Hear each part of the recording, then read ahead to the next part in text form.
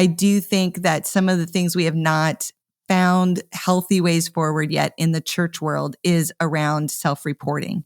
I think because people's jobs are on the line when they have temptation or fall into sin, that people tend to hold those things close and don't come forward as scripture tells us to. So I grew up professionally in nursing. And one of the biggest issues in working in a hospital is medication errors or medical errors that we take place. So every year I renew my license and I have to take a class on medical errors and how do I report and what are the consequences of reporting, which are almost nothing, by the way, if I report it early and right away. Now, if I hide it or if I lie on a patient's chart or if I pretend it didn't happen, there are significant consequences to me.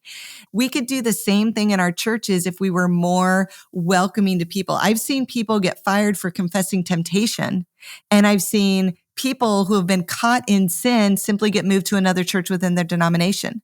It's completely the opposite of what should be happening. If I'm feeling tempted, if I'm having a weak moment, if I come forward in that, I should have the whole weight of the church surrounding me and helping me overcome that and celebrating it. And if I'm caught in deep sin that I've held hidden, that's what should be exposed and that's what should be removed from ministry. Welcome to the Carey Nieuwhof Leadership Podcast on YouTube. It's Carey here, and I am so glad you joined us. Today, our guest is Kadi Cole, and we're going to break some new ground, I think, when it comes to church leadership. So if you're new here, subscribe and make sure you check out our partners. You know, church leaders, the race you're running is a marathon, not a sprint. You don't want to go it alone. And so if you're an operational leader at your church, like an XP type, you want to check out the Church Network Conference, July 9th through 12th in Lexington, Kentucky. You can register today. Just click the link at thechurchnetwork.com/2024 conference. And if you want to break through the noise and connect with people at every step of their faith journey and save money while you do it, Glue Plus gives you impressive benefits for introducing people to the radical love of Christ. You can find out more at glue.us/Glue Plus. And now, to my conversation with Kadi Cole. Kadi, welcome back to the podcast. Thank you so much, Carey. I'm thrilled to be back with you. Yeah, so we did sort of a backstory on a previous episode when you were on, and people can jump back and listen to that. But one question I don't think I asked you is, when did you first know that you were a leader? That is a great question. I would say looking back, I definitely found my leadership legs in high school, college, when there were formal leadership roles I could sort of like apply and be given a list of instructions of what to do with clear expectations. But I don't know that I really even thought of myself as a leader then. I kind of thought of myself as just sort of helping out. We didn't have a lot of leadership language, especially for women in the environment I grew up on. So it's taken me a little longer than most people to realize I actually maybe do lead. And so now I'm like, I call myself a leader now, but it took me a long time to get there. Well, it's interesting, because in my own journey, I think of leadership as wherever there was a vacuum, I'm like, all right, nobody else is going to do this, I'll do this. And that's not always healthy. I'm just saying it's true. That's not always healthy. You said something really interesting. You said where there was a role to step into, clear expectations. Can you say more about that? Because I think that taps into another vein of leadership. Sure. I mean, I would describe myself the same way. I was like, if no one else will fill the void, I guess I can step in. But I think particularly when you grow up in a Christian environment or values, you don't want to grab for leadership. I certainly didn't want to be like the bossy person who took over everything, even though I probably was that many times. I didn't want to be seen as that. And so I think when there were clear expectations, I knew how to sort of maximize my leadership. But for me, and again, I think many women in church ministry, particularly, if we step over the line, that's kind of the thing where we get our hand slapped. That's the thing that's hard for a culture to be okay with in a female leader. So we tend to lead way below the line or below the expectations, unless it's really clear, these are the jobs you're supposed to do with this. This is what we want you to accomplish. When did you become aware of that dynamic? I think I've always known it. I think when you hear women say phrases like, I shrink back, or I don't know when to use my voice, or I turn passive, what they're saying is, I'm scared of stepping over that line. I don't want to be too much for people. I think I've always known I was too much for a lot of people. And then on the other side of that coin is I always felt like I wasn't quite enough for anyone either. And so that's the tension that many women leaders feel is I'm too much, yet I'm not enough. And so there's this constant tension and stress about, am I doing this right? Did I do it right yesterday? Will I mess it up again? Did I even mess it up? That questioning, we spend a lot of energy wasting on those kinds of questions that really aren't helpful in anything we're being called to do. Is it? So there's almost like this invisible line then, is what you're saying, right? And you have to be intuitive enough to know, okay, here's the line. Is it fair to say, and I'm asking an open question. I mean, feel free to say, no, that's totally the wrong direction because I don't know. Is it fair to say men often get rewarded for stepping over that line and women often get penalized for stepping over that line? I definitely think that's fair to say. We have the phrase that's, don't ask for permission, ask for forgiveness. Yeah. And that's kind of a general leadership gumption thing that we affirm in our leadership spaces. For most women, that's not the case. So a lot of times when I'm helping female leaders or coaching them up into things, I have to remind them of that phrase, like you're in an actual leadership position. Your leaders now want you to come with ideas and solutions. You're not overstepping. But for many women, they've been penalized for that. And so they're hesitant to bring too many suggestions or to be even direct in their communication. I have one woman and she just forms everything into a question. And I'm like, are you really asking? Aren't you actually just giving an idea or telling them this is what you want your team to do? She's like, if I don't ask, then I feel like I'm coming on too strong. And so those habits really limit what many women can accomplish. Yet we've been sort of trained to behave that way in a congregation or a team. And so when we move into higher levels of leadership, it doesn't really fit the leadership culture. And then it's easy to misinterpret what she's actually trying to accomplish. And sadly, I suspect you're talking about 2024 dynamics, not yes. Dynamics from the 90s. Is that right? Sorry, no, this is not 1985. This is still alive and well. Yeah. And I would say in varying degrees, though. I am excited to report that we are seeing a lot of really great changes. The dialogue is moving forward. I think wherever you fall in the theological spectrum, people are looking at this issue more. There are more women stepping up than ever before. So we're getting better at it. We're not stuck, but we certainly aren't making progress as fast as we could be. Let's put it that way. Well, I think you've been a huge voice in this. And one of the things that really amazed me in your book, Developing Women Leaders, and in the conversations we've had, is you're theologically, I know you have theological convictions, but you're kind of agnostic. Hey, this is an all skate. We can all make room, like whether you're complementarian or egalitarian, doesn't really matter. We can all make progress on this. And I think that's been very refreshing because I think a lot of the time, people who have a particular issue that they're focused on are perceived as coming with an agenda.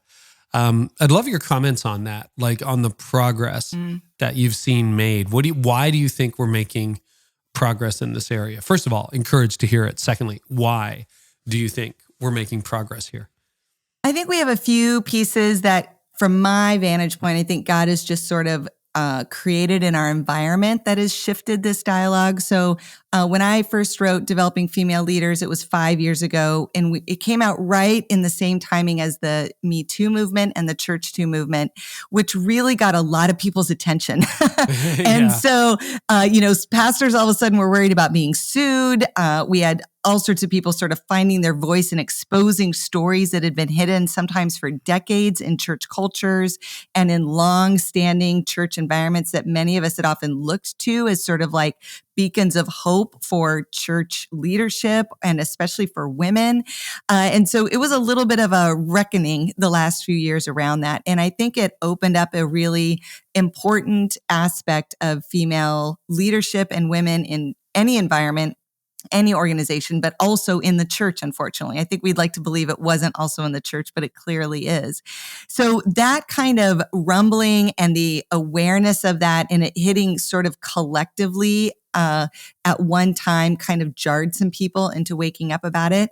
And then on the more personal side, on behalf of leaders, particularly male leaders and pastors, is there was a little bit of a phenomena happening as this generation of pastors kind of came into their 40s and 50s, which is a large group of people leading churches right now, is their wives were starting to come out of motherhood and wanting to lead. They're educated, they're passionate, they're capable, and they're sort of like, I want to do something. I feel like I've helped you grow this church from the beginning. In fact, I don't even know that I helped you. I feel like we did it together. We did meet in seminary after all. We launched it together. Where's my place in that? And then at the same time, daughters who are coming of age, these guys really raised their young daughters to be leaders.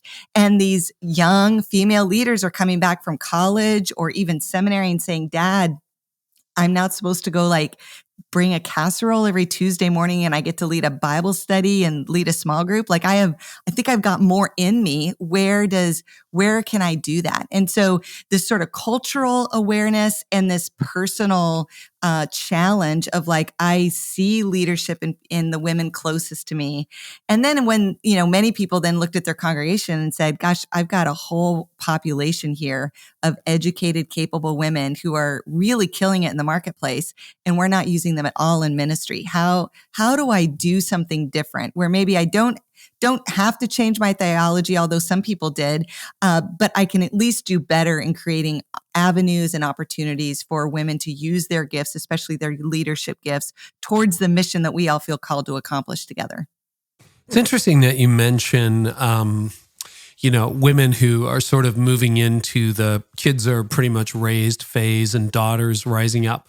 One of the things that my wife, Tony, and I have heard a lot of in our conversations we've had is we get tapped on the shoulder by young couples who say, can you spend some time with us? And the reason they tell us is my wife and I met in law school. That's where we hung out, we fell in love, we got married, the whole deal. And they're like, we don't have a lot of 2-career role models in the church of couples that have been married 20, 30 years. And do you mind building into us? We're really happy to do that. I think, do you see that as a general trend now? Because the people asking that question are 2-career couples. It's like she does this and he does this, and they kind of have dual careers. And I'm just wondering if you see that more, and what are some other trends that you're seeing in next gen younger leaders in their 20s and early 30s?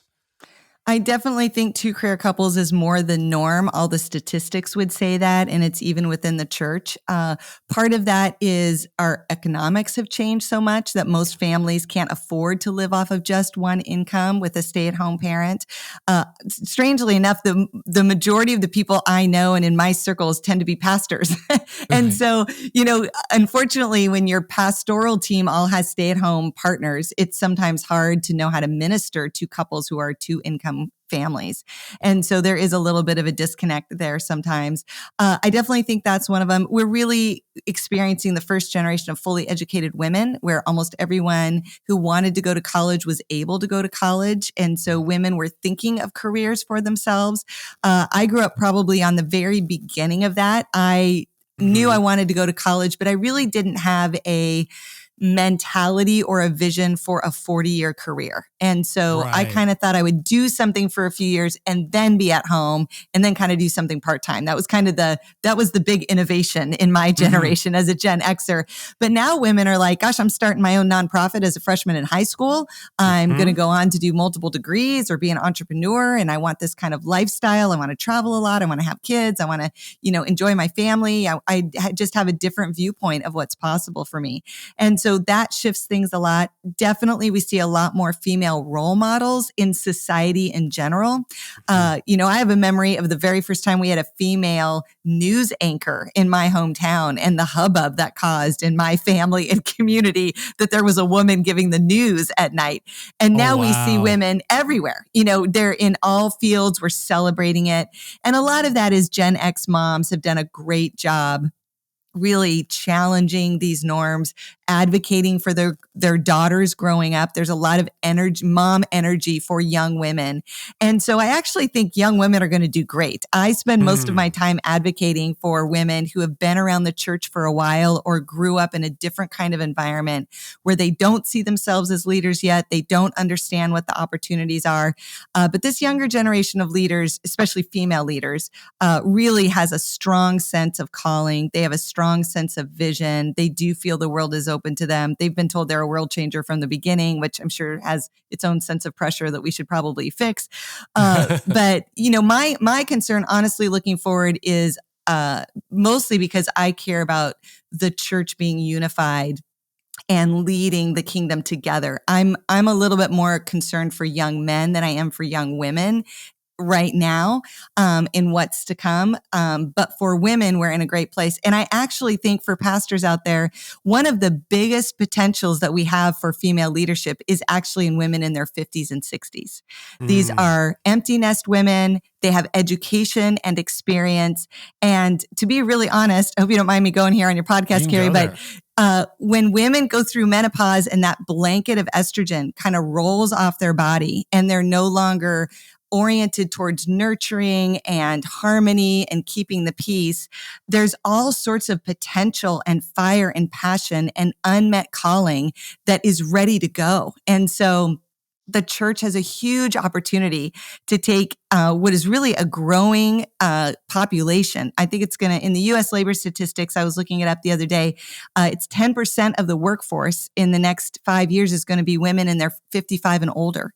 So we have a huge opportunity of women who are ready to go, and churches can harness that because these are women who probably grew up in churches, probably have a really great biblical education, even if it was through women's ministry for the last 30 years. These women have a lot to offer our churches and are hungry to make a difference. And so I think the future is bright for female leaders on all fronts. Yeah, that's interesting. I didn't anticipate us having that part of the conversation that, this was about next gen leaders and everything. But I think you're totally right. The empty nest years, I think you've kind of just gone through that yourself, right? Yes, I'm brand new into it. It's amazing. I was going to say, what's your take on the empty nest? I mean, it is a transition, but I do think, especially if you're someone who has had a sense of calling outside your home, I didn't expect to have that in my life, but the family dynamics and some health issues my husband had really forced me to work longer and at different stages of my life than I expected to. And that tension of trying to navigate a career and a calling, especially in ministry, and parent the way I wanted to be able to parent. It's just a constant trade-off. You're constantly choosing, you're kind of going between two worlds that require a different set of skill sets. So, I'm not really boss mode at home, but I certainly am at work. And so, changing hats, it's kind of exhausting. And man, being able to celebrate my son off into his college years and doing well, even though it was a little bumpy and we had some, things to navigate, it certainly wasn't smooth for us, but the freedom to be able to be singularly focused for multiple days in a row is, it's really amazing what you can get done.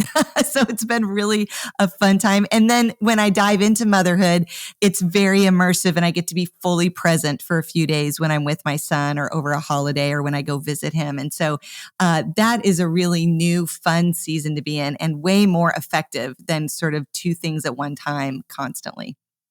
I think what I remember about the nest finally being empty, which for us happened about a decade ago, is it felt like I got an eighth day.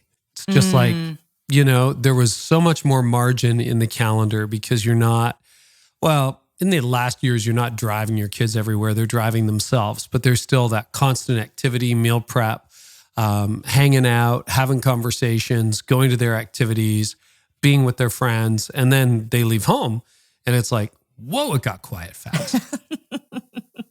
Did you notice a boost to your perceived available time? Oh, definitely. I would say, though, the on-call side of parenting a young adult is more intense.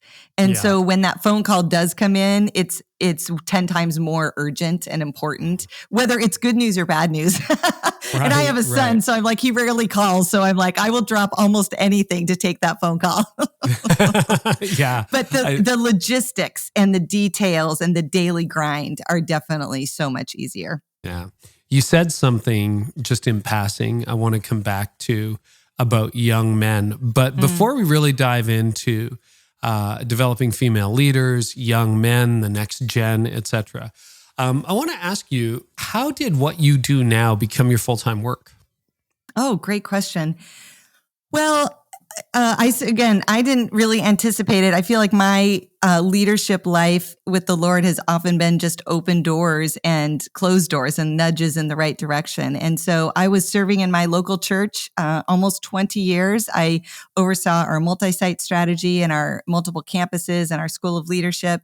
And in the process of that, I attended a lot of leadership network cohorts. So, Leadership Network, which was based out of Dallas, did a lot of kind of gathering of church leaders around innovative ideas. So I was in multi-site groups, I was in leadership development groups, I was in executive pastor groups, and that really allowed me to meet a lot of people. We did a lot of collaborative learning, and from there, they started inviting me to come in and speak in those cohorts. Eventually, I became a mentor in some of those cohorts. And then eventually they offered me a job right about the time I knew it was time for me to take a break from full-time ministry. And so that sort of just lined up from the Lord. And then they went on to publish the book, Developing Female Leaders. And then that's why I kind of find myself doing what I'm doing today.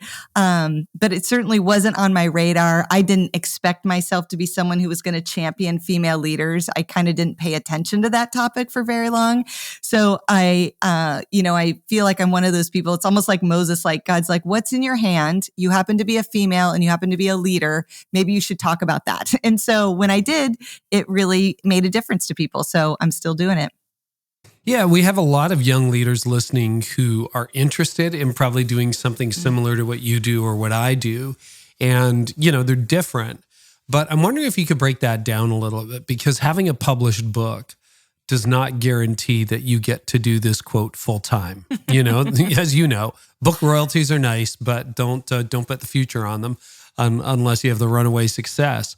So can you talk about some of the other things you do and how that became a full-time vocation, occupation for you in the building of that? Yeah, I would say I didn't know what to expect with the book, but I definitely can say on the other side of it now, I've published 3 books now that they're more of a marketing tool or a communication tool more than an actual life income tool. Yes. Fair.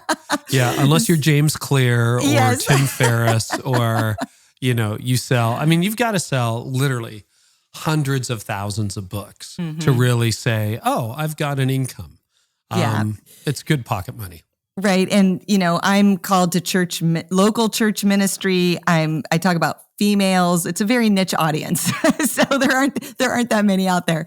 But I would say, for me, it was a little bit about, I would say I navigate my time in a way that splits my interests a lot. So I'm probably not the best model of choose one thing and get really, really good at that one thing. I've just never been that person. I'm more of a generalist. I think some of my best skill sets are actually the integration of ideas or going in and being able to assess where a church or a leader needs to move and sort of integrating those pieces into a bigger strategy. And so I have churches that I consult. I have people that I coach. I actually have a full-time ministry role now that I do, as well as my company. I speak a lot. I travel a lot. And so it's sort of all of these pieces that sort of come together to really help me do what I feel like my contribution in the kingdom is, which is helping people move forward together. And so that takes me to a lot of different topics and a lot of different people. For me, they all seem like the same topic. For other people, it seems like I do a bunch of random things. But for me, I feel like I'm very laser focused on the things I bring to a conversation or to a person or a situation. And so far, God keeps opening doors for that. But there is a lot of variety in it. And I actually really thrive in that. We've actually been working on the last 2 years on a new curriculum for young adult leaders, high schoolers and college young adults who don't feel called into ministry, but feel called to live out Christ in their career calling. And so it's a mentoring program for churches to implement connecting them with marketplace leaders in their local church so that they can get as much love and attention that we give our pastoral interns. We can actually create a marketplace development ramp for people in their church. Okay, I would love to hear a little bit more about that because, David Kinnaman would say that everybody thinks they're doing a great job in their church about ministry in the marketplace, and almost nobody is. So tell us more about that initiative. That sounds intriguing. So you're pairing a would-be accountant up with a full-time accountant, that kind of thing? Yeah, my passion about this subject comes because I launched campuses in my church. And we, most churches in the last 20 years, especially, we've done a great job creating pastoral training programs. When some 19-year-old or 17-year-old says, I feel called to ministry, like every pastor on the team comes around them. They get a summer internship. People sponsor them to go to college. There's a lot of love that usually comes because as pastors, people are really good at developing people like themselves. But when you launch campuses or plant churches or want to build your ministry, you really need marketplace leaders. So people not called to full-time ministry to lead small groups and run ministries and open a campus. And so a lot of the leadership development I did in my last job was for what I would call marketplace leaders. So not ministry people, everyone else. Right, teachers, medical people, business owners, bankers, whatever it happens to be, they have a role in the kingdom through their local church. And many of them have so many incredible expertise, and they're a little over like holding the door at the 9:00 service or being an usher. They've got more to offer, and we've not done a good job stewarding that. So a lot of the leadership development I did at my executive director role in South Florida was creating a process to help those people understand God's call in their life and equip them to do ministry in their platform at work, their career platform, but also in the platform that we've given them in the church, and elevate them into using their full giftedness in releasing it in the body. And so knowing that those people are kind of sitting there dormant, it's also from the early research I can tell on people who have disengaged from church but kept their faith. We're really looking at highly educated professionals who sometimes still tithe and they just don't come to church anymore because they're looking for a place to invest themselves. And I think that should be the local church. And so we want to take these kind of high schoolers, young adults, connect them with these marketplace leaders, these passionate missional marketplace leaders, walk them through a curriculum that teaches them a theology about work. So, things like truths that sometimes we just don't talk about very much. Things like work is not a result of the fall. Like there was work before the fall. Yeah. It's not part of the curse. We're actually going to have jobs in heaven. If you're human, you are made to produce something, to contribute, to work. It's a beautiful gift from God. It's not the enemy. It's actually what we should be always doing. There's no retirement in the Bible. Many of our marketplace leaders who come through the mentoring program are a little bit going like, wait, what? I didn't know that. There's no retirement in the Bible. No, that's actually an American idea. That's not a biblical idea.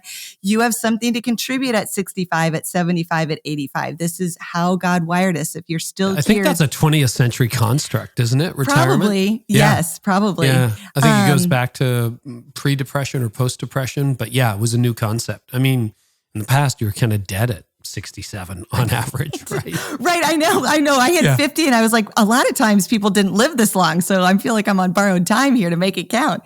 Totally. And then I'm a local church person, so I wanted to work in a way that we could create a curriculum that was easy to fit into a church rhythm, that would augment student ministries, that would align with what we're already doing with adults and wouldn't fight against that. Most of our marketplace leaders, Christian marketplace leaders, end up having to leave the church. They go start their own Christian business association. They create their own mentoring curriculum. And the challenge with that is it takes all those people out of the local church instead of the local church being a place that a 17-year-old can say, I need help discerning my calling, and there's actually people here who can help me. and help me get into college and give me a summer internship and write a letter of recommendation for my first job and celebrate me when I come home with a degree and help me go to trade school and find my calling. Like the body working as the body. And so we've done 2 years of pilots on it. We got a grant from Brotherhood Mutual that really fast forwarded the development. And I'll tell you, Carey, I'm so excited about this because we're seeing young people catch a vision of what it means to be a godly Christian adult, a full career that honors God and one foot deeply planted in the church and contributing in all the ways we would want someone to be engaged. But the real amazing thing has been watching these marketplace leaders just come to life, start coming to church again, increasing their giving, bringing their kids back to church. It's been probably the most effective post-COVID strategy re-engagement thing I've been a part of for sure. And just the stories we're hearing and the re-engagement that we're seeing in sort of body life or helping kind of like re-bolster a campus has been really dramatic. So I'm very excited about this new project we've got. So I take it, just trying to connect the dots personally, you and I were in a green room together last April in Atlanta at Rethink Leadership. Is this the thing you were saying you were so excited about? Yes, this is it. Mm-hmm. I can see why. I can see why. I mean, even as somebody who works outside the church these days, but alongside, I find that very exciting. And even the idea at this stage in life to give back to a teenager, somebody in their young 20s. Anything else about that program? When does it launch? We're launching it. It'll start this summer as our official launch, but churches can roll it out starting in the fall. So It's called Momentum Marketplace. We'll put some information about it, I'm sure, in your show notes. But I'd love to connect with anyone who's interested in it. One of the things that I feel like it points to is kind of on a bigger church strategy idea is this idea of ministry magnets. Which for me, I feel like are sort of it's my phrase for what I feel like is the where church and ministry needs to be going. We've kind of come out of an era of a lot of segregation. It comes from the 70s and 80s when we sort of discovered age-based ministry. So we put first graders with first graders and high schoolers over here and adults over here and young marrieds over there. It was helpful, and it was actually a really great strategy to create growth in the church at the day. But we're still operating very segregated. And all of the research from Kara Powell and Fuller Institute, all that we're seeing in terms of building community and creating re-engagement has to do more with integrating people and particularly integrating generations. If we're trying to help a young adult stay engaged in their faith and engaged in a local church, you have to have these intergenerational engagements and relationships. And so for me, what we've got with Gen Z and particularly the Alpha generation coming up is a whole generation longing to be mentored, longing for this spiritual parenting, right? And then we've got Gen Xers and young boomers who are longing to have legacy and longing to invest. So we've got these two magnets that if we as church leaders could just put them in a room together, those magnets will find each other and do what God has designed them to do for one another. We just have not been that great at cultivating those engaging and relationally rich environments across generations or across different kinds of aspects. And so we see this with men and women when we find that leaders who get in a room who are different from one another, different age, different race, different socioeconomic level, different gender, we find that they actually have a desire to learn from each other and they both become better. That iron sharpening iron. Both people win when we do that. So this is just one sort of tool for churches to use. There's a lot of other opportunities, but I think those of us in sort of ministry creation or ministry innovation, if we can find those magnets that are trying to find each other and actually facilitate it, we'll see our churches and our body lives come back together in fresh ways for a new day and what the new church is going to look like. I can see how that would be energizing for everybody involved. What else are you seeing in the next generation? You can take that in any direction you want. Well, I think, kind of circling back to female leadership, I think we are seeing a lot of young leaders step up, a lot of women having great opportunity. I think also we're seeing what has traditionally been a pretty resistant population, which is older women in churches, tends to be the surprising biggest resistance to young female leadership. We're seeing a real shift in that. Seriously? Oh, yeah. Yes. Okay, please unpack that. So one of the things that we found, especially early on in this conversation and the time that I've spent in the last 5 years, but even in my own personal experience, the people I get the most criticism from, or the people that I feel the most resistance from, tends to be women who are 10 or 20 years older than me. And a lot of that has to do because of the way we've conditioned women or the environments that they grew up in. Their leadership gifts, their teaching gifts, their apostleship gifts, or whatever the gifts that God had given them, generally women have been taught that those forward-facing, stronger gifted mixes are sinful, are character issues, are things that need to be corrected. They're not things that we develop or encourage. And so when you spend 20 or 30 years, this would be my mom's story, when you spend 20 or 30 years wishing you would not speak up, or wishing you could hold your tongue, or why am I so critical? And she's not actually being critical. She just sees a problem and knows what to do to fix it and makes a suggestion. That's not the same as being critical. That's being a leader. And so when, you've spent your whole life trying to hold yourself back to be, quote, godly.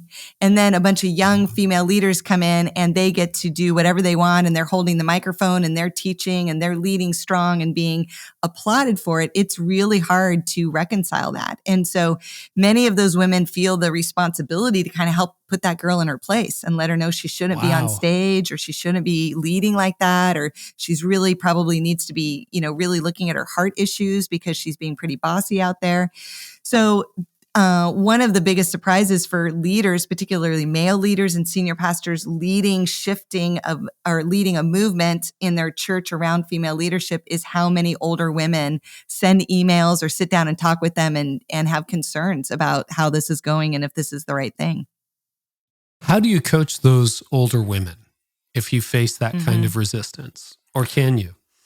Oh, absolutely. And that's one of the things that I think we're seeing a big change in. So I really encourage, especially pastors who are leading this kind of change in a congregation, is to be sure to talk with the older women and the more influential women you have in your church and process this with them. And honestly, these women oftentimes, if they've stayed in church activities, they've really probably found their place to serve in women's ministry or women's Bible studies, which is awesome.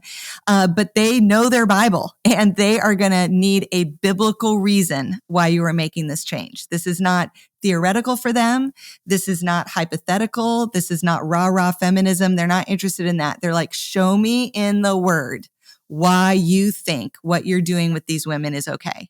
And it might take them a minute to get their head around a different theology, but most of them will at least have a theological conversation about it.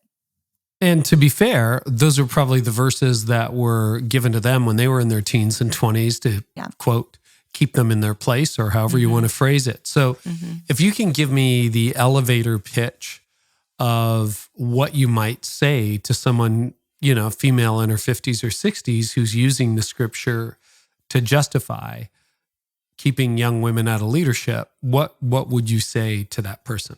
Right. So, well, first of all, I do just want to say that regardless of your theology, like, I'm interested in helping everyone live out their theology well. And so a big piece of that is when you approach people, no matter what kind of change you're trying to make, is to be able to say, first of all, acknowledge, hey, I see your giftedness. I appreciate your heart for ministry, and I really appreciate your commitment to the truth of Scripture. Like, we are on the same page on that. However, I want to share with you some of the things that I feel like the Lord has been teaching me and our elders, or has been challenging us on the culture we built at this church, or the way we look at Scripture, and a couple key verses. And this might be different for you or new for you, but I wanted to share with you the things I've been learning, or the things I've been reading, and where I'm at with it. I want your input, but I also want you to hear where my heart is on this. And then tell your story. What made you think about this differently? Because chances are you both came from a similar place at one point. But why do you think that? What is the rationale behind it? What are you seeing in your congregation that is making you pay attention to this differently? What do you see in her that makes you go, I think there's more in you than what we have accessed so far? Have you ever thought about this? Have you ever thought about leading something like that? Have you ever thought about taking your experience from your career or the things you've done raising 8 children or whatever her story is? You have the biggest Bible study in our church. You have 75 women every week come to hear you teach. Would you ever be willing to come and share some of your insights with me on the platform and let me interview you and your thoughts about the topic of my message? Is there dormant potential in her that you can recognize and help her see herself differently so that she has the freedom to see other people differently? It's a very emotionally intelligent way to handle that. One of the things I've thought about from time to time, because I found if there's going to be resistance to change in the church, I haven't really taught about this a lot. I just want to test this out with you. Again, feel free to disagree. It often has come from people in their 50s and 60s, women and men in their 50s and 60s. And I've wondered about that. 70-year-olds are kind of like, yeah, go ahead. And I'm like, okay, well, what is that? And I wonder if in your 50s and 60s, there's a fear of being replaced, a fear like, you're kind of at your peak as far as your career goes. Your kids have left home. Maybe the phone's ringing less often, so to speak. You're less in demand in a lot of cases. Do you think some of that could be a factor in the dynamics that church leaders are facing? Well, 100%. I think, as well as a couple other things. I do think developmentally, if you look at some of, adult developmental milestones, 50s and 60s is when you turn from being highly productive yourself to investing in those people who will follow you. It's the beginning of moving to legacy mindset. And some people are more up for that than others. Some people are a little resistant to that. You're kind of like, if you're like me, I'm sort of like, where did my 40s go? Like, I'm still waiting for my chance. And now you want me to hand that chance to someone else. I'm still trying to find my own voice. How am I supposed to hand all of those opportunities to the next generation? And so there is a little bit of reckoning in your own life and your walk with God about where am I and how did I get here and what do I have to offer next? So there's a bit of an identity crisis. It happens to intersect with that empty nest we were talking about for women. Menopause throws them off on that also. So it is definitely a midlife shift over. I think the other thing, at least if you're leading, in today's day, people in their 50s and 60s also are pretty much the last biblically literate part of our culture. And those people know their Bible. Most of them were brought up in Bible study modalities and structures. It was before the small group movement, definitely before attractional weekend church movement. And so part of knowing scripture and part of the reason why we taught people scripture so intensely is so that they could discern truth for themselves. And so when you start to feel like truth is not being stewarded correctly at your church, it's an obligation for us to speak up about that. And we actually want them to do that. We want all of our congregation to be so discerning truth that they would ask a question of us as leaders and challenge our decision making, because we all want to do what God is calling us to do. We want to do what is godly and what is truth-based. And so part of that is we aren't really used to that. And definitely we've raised this next younger generation is more about culture than about teaching. And so, there's very little resistance from that. I'm not sure about the people in their 70s other than they moved into grandparent mode and, that broke them Kinda of like, their... you kids can have ice cream for breakfast. Go ahead. I have no agenda. My children don't listen to me and I just want to be fun grandpa, everywhere I go, which I could actually really appreciate that. So those two things, developmental model, our culture, and then I think just where our churches are at and some of the models we've had, we definitely have a lot of diversity in people's expectations of what church is and my role as a member. And part of our job as leaders is to bring all of those together to have a good, healthy, strong body where we do have seasoned, biblically literate teachers and we do have young people who are learning how to walk in the ways of Jesus. Wow. I appreciate your approach to that. It's very thoughtful and emotionally intelligent. I'll use that phrase again. Better than just here's why you're wrong, right? Which you see a lot in church circles. So I do want to talk about developing female leaders. We've made some progress, which is encouraging. What are some milestones that have yet to be crossed? Well, I think we have Many churches have taken some really amazing steps on what I would call sort of the low-hanging fruit pieces of this. So I get emails and notes a lot about people who have, changed women's salaries, relooked at title structures, tried to make sure authority and responsibility match. Not everyone's doing a perfect job at it, but at least we are looking at that. We have language around it. Churches are on the move to make all of that be equitable and make sense. I think some of the pieces we have left to figure out are more cultural pieces. The research would say that women generally don't have very much resistance from the people in highest levels of leadership. So senior pastor, maybe even the executive team. But the lower you go in the organization, the more resistance there is. Now, conversely, women make up the majority of their leadership roles in the lower to mid levels of an organization. So the majority of the women you have in leadership are facing the greatest amount of resistance to their gender, not their leadership or personality or style, but to actually their gender. And so I think as leaders, we can be a little insulated. I was talking with an executive pastor the other day who said, our senior pastor feels like this is a settled matter. He never gets any calls or phone calls about this issue. We conquered it a few years ago and he thinks it's done. But my entire staff is facing this on a weekly basis, questions from people. And so I think as high level leaders, senior pastors, executive pastors, especially, it's really important that we not just live in our own bubble around it, but that we actually make sure we're making these changes through our entire culture and women at every level are getting the same freedom and empowerment that we're giving those closest to us. Why resistance at the lower levels in an organization? What explains that? That's a surprise. I would have called it the opposite way. So mid-level managers feel the most competition. They're squished in the middle of the organization. So they have high pressure from above. They have high pressure from below. And there's few roles for that. And it's also how you break into career pathways. So when you move from coordinator or assistant to a director, that mid-level manager role, that tends to be the place at which you scale up in authority, you scale up in salary, and you scale up in longevity in your career. So those director roles are in pretty high demand. Most of those tend to go to men, but it's the emerging space that we are looking for women to move up is out of that like early manager or coordinator role to a director role.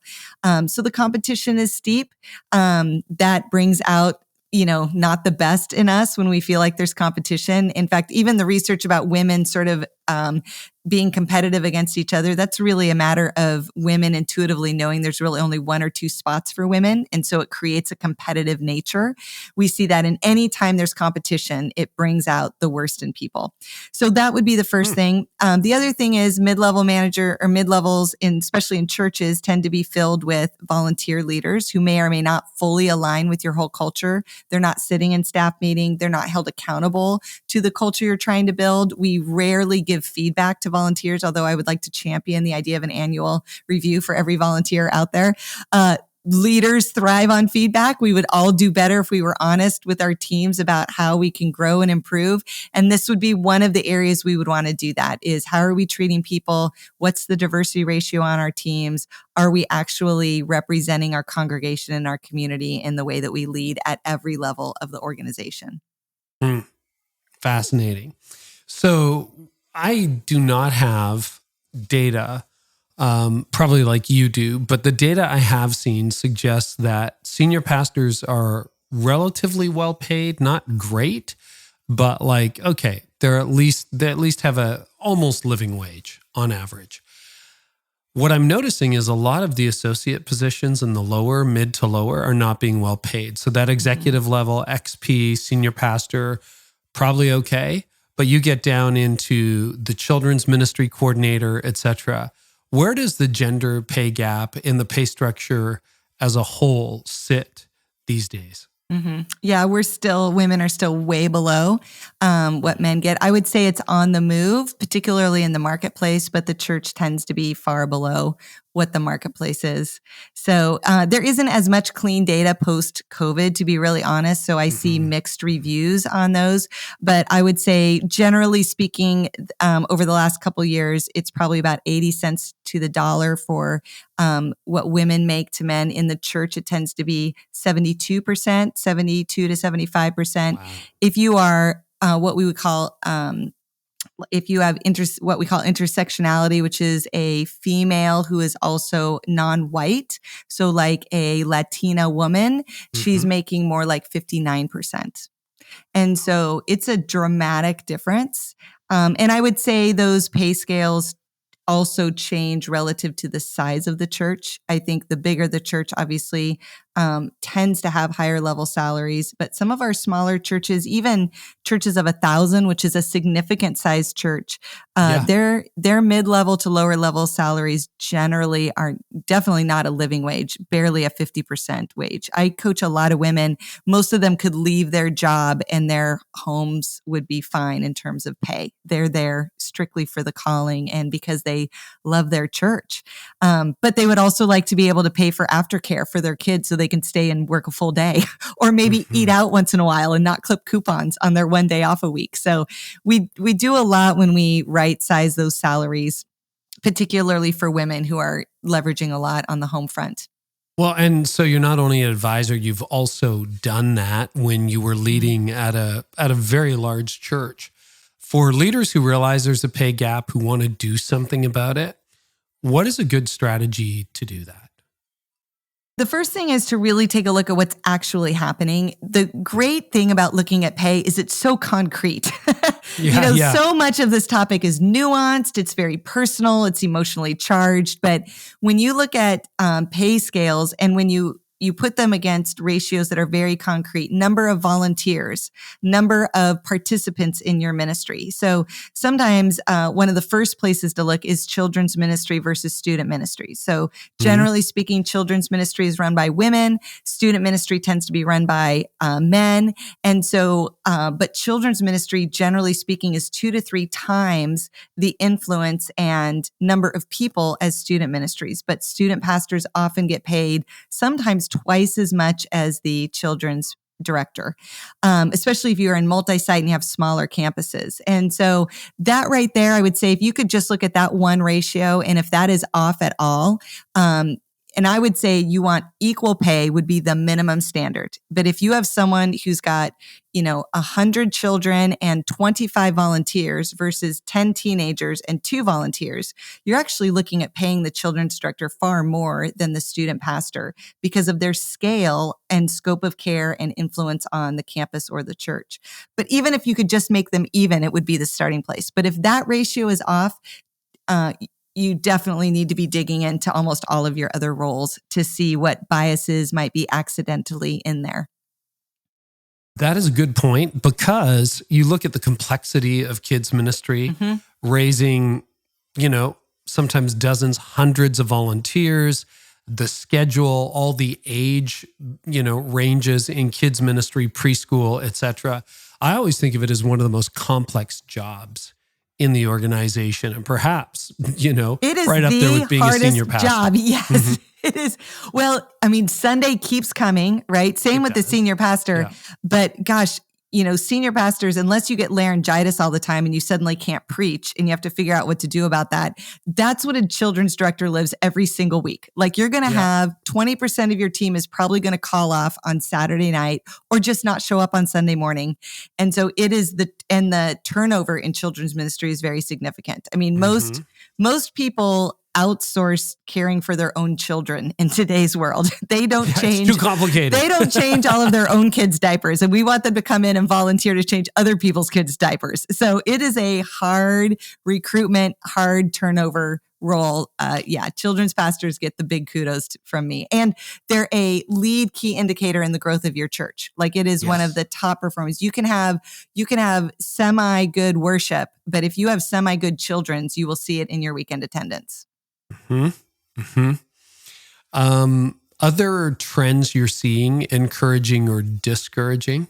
So I think around female leadership, we do see a lot of churches are taking clear views on their theology, which I think is really encouraging. Almost every church I know, and I would say the only churches who reach out to me are people who are working on this topic. So the people who don't want to work on this, I'm not hearing from. So I'm sure they're out there. But I would say every church that I interact with is doing something around this. Some of them are taking some pretty bold moves in a shift of their theology. It could be that they're changing completely from complementarian to egalitarian. A lot of times pastors personally are shifting their own theology, and so that's playing out in their church. Sometimes as we kind of go into this big wave of succession that's happening in churches as boomers and older Gen Xers are stepping out of ministry, we're seeing a lot younger pastors coming in who have a more egalitarian viewpoint around women in leadership. So that's causing a change in churches. But I would say even personally, people are doing much more of a deeper study on this. We have a lot more resources and tools. We're talking about it a lot more. We have a lot more language around it. And women are diving into the topic and trying to figure out what they personally believe. I always just try to remind people in this topic to remember that this is a secondary theological issue. As believers, we have primary issues, which are things like Jesus is the Son of God. We get to heaven by faith alone. The Trinity, like these are primary theological issues. Secondary issues are issues that people who love God and know their Bible really, really well can make a strong biblical case and debate this forever and have been. And so, but that's not a reason to break fellowship. There are already things that we disagree with on secondary issues, type of music, the way we do communion, full baptism versus sprinkling versus once a month versus once a year. Like, can you get rebaptized? Like all of those are secondary issues. This technically is a secondary theological issue. And so as you explore this, please keep that in mind that we don't need to break fellowship with people. You may or may not need to leave your church over it. I think sometimes for women, this is such a personal issue, because it's really about them and their giftedness, but it's not the only reason to kind of jump ship from the church God has called you to or planted you in for a while. And so as we see those shifts happening on the church level, on the personal level, we're also really seeing a young generation come up with some strong opinions about this. And I would say we have in pockets a real resurgence of complementarian viewpoint in young congregations, which in my opinion is probably a rebound to a lot of the gender confusion and gender trends, like the spectrum of gender fluidity that many teenagers have grown up with, that when churches are clear on strong boundaries around what it means to be a man and a woman, there is a lot of safety for young people in that to go like, okay, this is how I succeed at being a man. This is how I can succeed at being a woman. I actually applaud that. I believe in men and women. I think that's how God created the world. We need to embrace that. My caution with it is that if we're not careful, those things can turn into stereotypes, or we super spiritualize the leader's view of manhood, like the kind of man he is versus what manhood is really designed to be in God's word. So there's a lot more wiggle room than sometimes are portrayed, but giving structure and being clear on those things has tended to be attractive to young people. And many pastors, I think, are sometimes afraid to broach that subject because it feels unloving. And I would say there is an unloving way to do it, but I also think giving clarity is relieving to a lot of people who are trying to find themselves and understand how God made them and what that can look like for them. There's been a lot of sexual misconduct in the church, and we've touched on that in the past. So apart from personal integrity, just being the kind of person who doesn't do that or perpetrate that, what are some good practices or guidelines that you've seen that churches or leaders can embrace to make sure that the church is a safe place for women and for people in general? Yeah, I think that's the key, is we actually want the church to be a safe place for everyone. So whether you're a man or a woman, whether you're 17 or whether you're 57, we want it to be a safe and encouraging and whole, healthy place for everybody. And so the number one suggestion I give to churches is we do need to make some practices, some guidelines around how we interact with each other, what are sort of the boundaries around that, and knowing that it does come from our heart. Like we can always break the rules and find a way around them. So the rules aren't really the thing that's going to keep us in check. But having those kind of guidelines, holding each other accountable to them, holding ourselves accountable to them, and doing those heart checks if we're wanting to break them, like that's really what we have to own in our own journey.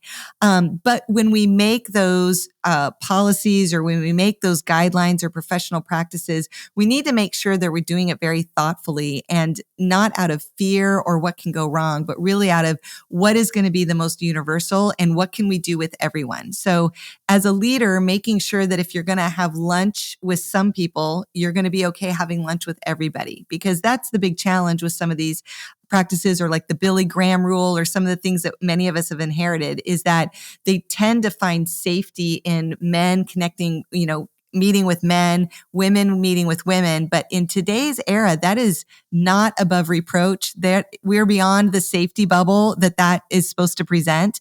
And so really, I try to encourage people to always do things with like another person. So if you're going to go to lunch, take 2 people from your team to lunch. Or if you're going to want to connect with people one-on-one, then everyone comes to your office and you order in Panera salads, and you just make that the standard so that your leadership is consistent for your entire team. You're not having more bonding moments, more personal moments, more disconnected moments with some people on your team than others. And then we hold that to ourselves through all of our leadership ranks, not just staff people, not just pastors, but no one else, but even into our volunteer roles, that we're like, here are some best practices, here are some professional practices, not because of ministry, but because I'm a Christian, because I want to make sure that I'm living above reproach. I want to make sure if I'm married that my spouse has access to things. I want to make sure that I'm not giving a wrong interpretation for anything, but without pleasing other people. We're doing it for our own protection and our own value in the kingdom, and doing it in a way that it doesn't limit our leadership or the potential of people to spend time with us. One of the questions I get on a semi-regular basis is, because of all the stories and all the things we've had to watch take place, in our day, is, well, there must be some kind of board reform that we can do. And I'm like, yeah, you should have good governance, but I don't think the best governance in the world can stop somebody who wants to really go off the rails on an issue from going off the rails on an issue. Do you have a take on that? Do you agree? Or is there there's good governance and bad governance, but any thoughts on governance and how it can help guard against moral failure? I do think that the structures and systems and accountabilities we have in place do inform our culture. And I do think that some of the things we have not found healthy ways forward yet in the church world is around self-reporting. I think because people's jobs are on the line when they have temptation or fall into sin, that people tend to hold those things close and don't come forward as scripture tells us to. So I grew up professionally in nursing. And one of the biggest issues in working in a hospital is medication errors or medical errors that we take place. So every year I renew my license, and I have to take a class on medical errors and how do I report and what are the consequences of reporting, which are almost nothing, by the way, if I report it early and right away. Now, if I hide it, or if I lie on a patient's chart, or if I pretend it didn't happen, there are significant consequences to me. And so the hospitals have done a great job with that, because what we've been able to do, I'm a part of it, but what they've been able to do is you can look for trends. If you have good self-reporting, it's like, oh my gosh, everyone around this medication, we've had a spike in numbers of this medication. It must be the packaging. It's the way we're delivering it. It's the way it's showing up on the chart when it's an order form. Let's fix that problem. We could do the same thing in our churches if we were more welcoming to people. I've seen people get fired for confessing temptation, and I've seen people who have been caught in sin simply get moved to another church within their denomination. It's completely the opposite of what should be happening. If I'm feeling tempted, if I'm having a weak moment, if I come forward in that, I should have the whole weight of the church surrounding me and helping me overcome that and celebrating it. And if I'm caught in deep sin that I've held hidden, that's what should be exposed, and that's what should be removed from ministry for a long time, not 3 weeks, not a paid sabbatical, but there should be a there should be a cost to that. And so I think in terms of governance, I would say the more we can move to a place where we're actually helping people navigate, especially for this next generation who's had a completely different growing up than we had. There has to be a place for living out the reality of their life in ways that are biblical and healthy and protective of growth, not protective of hidden sin. That is so helpful because I understand self-reporting. As a former member of the Law Society in Ontario, my wife also practiced for years. She's also a pharmacist. I mean, it's funny, like self-reporting. Yeah, that's a normal part of professional life. It's like, ooh, I think I made a mistake on this file. I wonder if I have to report myself to the Law Society, the College of Pharmacists, the College of Nurses, whatever it happens to be in your jurisdiction. And you're right, it's not a big deal. I mean, nobody likes to do it, and you have errors and omissions. But if you do it early, you let them know. 9 times out of 10, they kind of look at it and go, it's nothing, it's fine. Or, hey, don't do that again.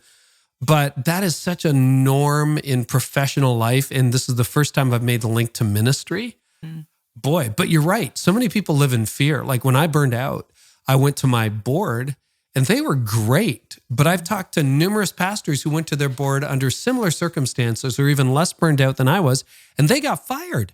Yeah. And I'm like, what? You fired them because they're tired and exhausted and didn't manage themselves particularly well? That's what you did? But you're right. There's that great fear. Is there any documentation, organization, anybody who's doing anything on this right now? Or is that just a beautiful idea that has no actual expression in the real world? No, I do think some people are exploring it. And I think depending on the culture of your church, the background, some denominations are better at this than others. I don't have at the tip of my fingers great documentation on it. I do think churches that tend to have a more relational culture, churches who have done work around emotional health, conflict resolution. We were talking earlier about some churches that are good at really navigating sort of healthy church relationships. Those tend to be the places that have more space and create space for it and invite it in. I think the invitation is a piece of it, and the invitation to the right person. When you're talking about that, you're talking about I have to report it to a certain board. I think a lot of people kind of take it in their own hands and they confess to an accountability person or they confess to someone else. Yeah. But all those people, it's subjective to their own interpretation of what's a big deal or not. So I think we just need to formalize and deal with the reality that temptation is a normal part of being human. It's like we know that, right? We teach that every week. So we know it. But we also need to create pathways for pastors to deal with that when something is very, very, very small. That's actually, the more you grow in your walk with the Lord, the more you realize and are motivated, by the way, to deal with things when they're very small. It's so much easier than waiting. But young leaders need help learning that. And when their career is tied to it, we have to really invite them into that process and remind them to do it and then be the right place for them to come for it.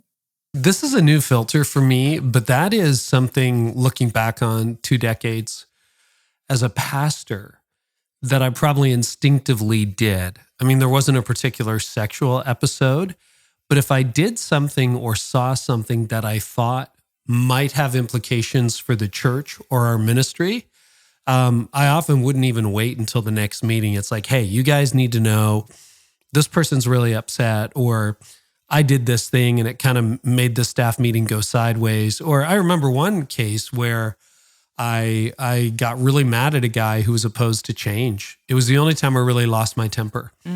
And I went to his house and apologized that Sunday afternoon. And then I immediately reported myself to the elders and said, if you need me to resign, I'll go. And I didn't. They didn't care, and it all worked out okay. They did care, but I mean, it was dealt with.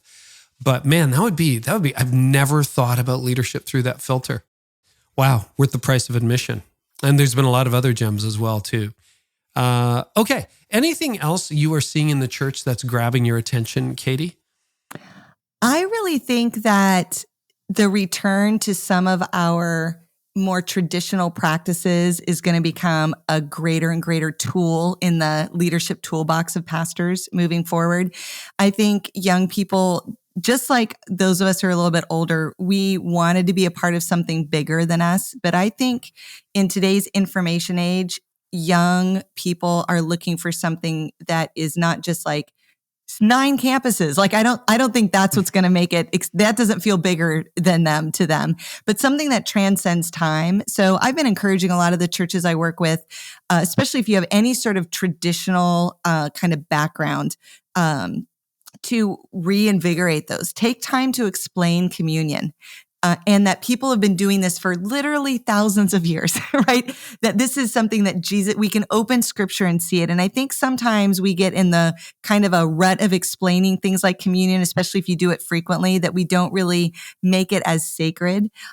Bringing back songs and telling the story of who wrote this song and what's the context of it, or singing some of the liturgies, or doing responsive readings out of the Psalms, and talk about how this is a psalm that was written for a congregation to speak back and forth with a leader. And so we're going to do that because we have been doing this as followers of God for, generations now. And we're a part of something so much bigger than even the people who are alive today. Just that kind of reverence and honoring and bigness of how big our Christian faith is, how long lasting it is, how we can see it in history, and they will fact check you on it.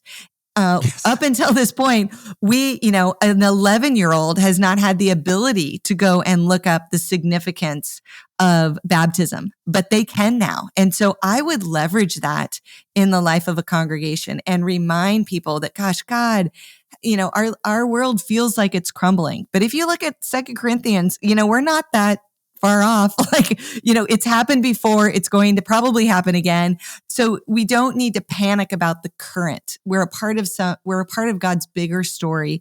And the way we celebrate that and remind ourselves of it and find peace and comfort in the bigness of God is through these rituals that the church has been practicing. And I would say, as a Gen Xer, and as someone who's fully embraced the counter organizational pride of our generation, we got rid of all of those traditions, wanting to do something fresh and new.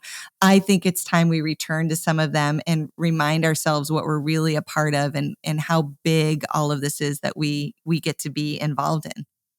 I just literally last week, 2 weeks ago, bought a copy of a book of creeds, confessions, and catechisms, and have started reading the Heidelberg Catechism as part of my morning reading. It's good, man. It's really good stuff, and we're not the first people to try this. That's right. When you think about the future church, what are 2 or 3 concerns you have? I do think we're having a really hard time letting go of our Sunday-centric mentality. I was really hopeful in COVID because we had to shut it down. I kind of felt like God sort of said, I've been trying to tell you this for a while, and now I'm going to grab you by the face mask and make you pay attention. And then post-COVID, not everyone, but a significant number of people have kind of like recentered around that. And I certainly love going to church every week, but I think we have to kind of double click on it and let that expand to more ways of communing as a body. More innovative churches, we're really seeing a trend around Thursday night services. And so I think that's a leading indicator that people's lives do not work in a 6-day rhythm anymore. We don't work on a, I'm awake during the daytime rhythm anymore. We don't stay in the same city for very long anymore. So just our culture has shifted significantly. And I think if we don't continue to innovate and adapt how we express our faith and the way we gather people together, we're going to really miss out on a large population that are finding each other in other domains. And I think that's probably the second piece is I also feel like we're missing still an opportunity in the culture who is longing for real community and real relationships, which the church is designed to be excellent at. We're sticking with a model that's kind of funnel driven. It's, from a business model, which worked for a while. So, I certainly was a part of those things, but I think our culture, I'm watching cities and towns, and people return back to living near their parents and grandparents and wanting to get to know their neighbors and having a cow in the backyard for their own milk and doing small batch cooking. I'm just like, I grew up in Montana. I'm like, this is my childhood that I'm seeing resurge in every major city because people are longing for kind of more simple, like real relationships that stand the test of time and have longevity to them. And we are the best at that. We're the organization that is founded on relationships. And we actually have the instruction manual of how to navigate those. I think if we step into that, we will really intersect the culture where they're at. I like to say relationships are the new excellence. I grew up in ministry with excellence as being the thing because the church was not excellent for a long time, but excellence is not where it's at anymore. It's actual connection and relationships. And most people find more connection in their YouTube person they follow than in their pastor or their church. And that we're missing the opportunity, but it won't take much for us to re-engage that if we move towards it. Any good things you're seeing in the church? Anything that gives you a little bit of hope? Oh, yeah. Well, I think the resurgence on kind of these more traditional things, I do see a lot of churches really getting back to the basics of people. I think pastors who have a call of shepherding more than leadership are starting to be called back into ministry, and that I'm seeing a lot of growth in churches who are doing a lot of pastoral care of their churches, who are knowing people well, who are designing systems for people to be known by their church. And I know many churches who are working on that and innovating that. No one has the answer yet. So if you ask me for 3 examples, I can't give them, but there are definitely a lot of ideas and a lot of projects happening right now around that topic. And so I'm very hopeful that God is calling his people back together. I also think it's an exciting time to be in the kingdom and particularly in ministry. We've had a rough few years, but I think the people who are still in have a heart hungry for the things of God, unlike in a concentration that I've not ever experienced before in almost 30 years of ministry. So I go to church conferences like you do. There's a couple I've been to every year for 25 years. I would say in the last 3 years since we all started meeting live again, in their worship services, there is a hunger and a desperation for God that I have not experienced with that number of church leaders at one time. I think God did some house cleaning. I think he exposed some sin that had been hidden for a really long time. I'm excited about the revelations we've had of things that have not been good in the church because many of us have wondered about it and now it's exposed and we know, but the people who are left are the people who are going to really redesign the church of the future. And I'm excited to be on that team. Yeah, you're right. There has been a winnowing. There has been a purging. And I think those who are left, their hearts are in it and they have open hearts. And it's beautiful to see. Anything else you want to touch on? I mean, we covered a lot in our time together. Anything else before we go? I don't think so. I'm excited for the future. And I believe in leaders. I believe in pastors. I think if we don't continue to innovate and step forward in rebuilding church in our culture, we're going to lose even more ground. And I think our society needs churches to be healthy and thriving and whole, and we can do it. Yeah. Kadi, if people want to connect with you online these days, what's the best place? Sure. My website is the best place to get a hold of me, and all my socials and everything are on there. It's Kadi Cole, spelled KADICOLE.com. Love it. Kadi, thank you so much. Thanks, Carey. Appreciate you and your ministry.